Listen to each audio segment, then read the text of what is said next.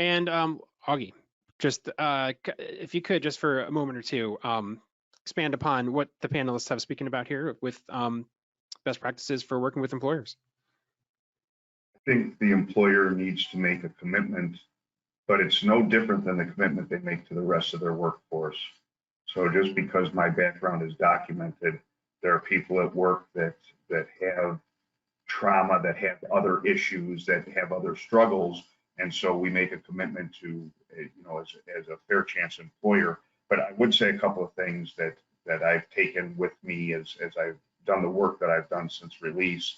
I think it's important that the employer provides clear expectations, and that's no different than for any other employee, but just really clear expectations with a willingness to answer questions or clarify those expectations.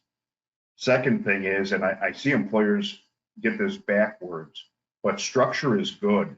When we release, structure is good. I had a hamburger every Wednesday for lunch for more than a decade. I stood up out of my bunk every day at 4 o'clock in the afternoon. So to get a job and be told you get 30 minutes for lunch, take it whenever you want.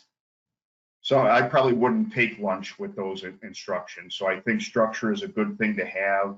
And then again, no different than investing in other employees, but the way that we do it is maybe provide some mentors, and not just for people with backgrounds, but people that are becoming reacclimated. What about the person that's coming back out of the armed forces that's been out of society for a while, or somebody that hasn't been working for other reasons that's coming back in? So offer mentoring programs. And one of the things I've seen is that people like to serve as a mentor, helping others to be a part of the culture that they're working in.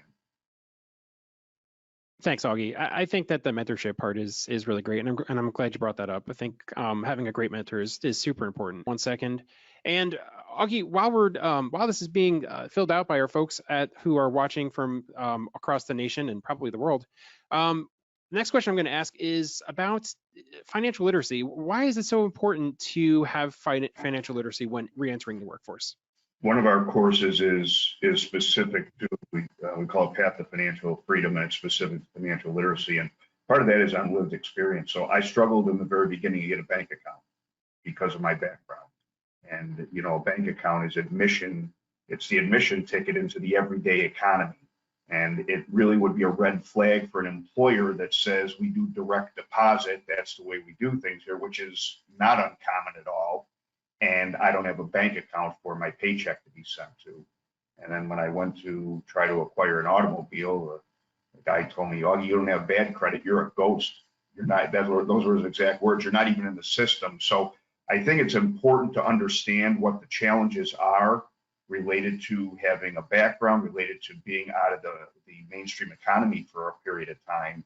And the best way to combat those challenges is knowledge. And so I think it's really important when somebody is re-entering to understand what credit is, to understand how to get a bank account open, to understand the difference between leasing a car and purchasing a car, those types of things. Augie, thank you so much.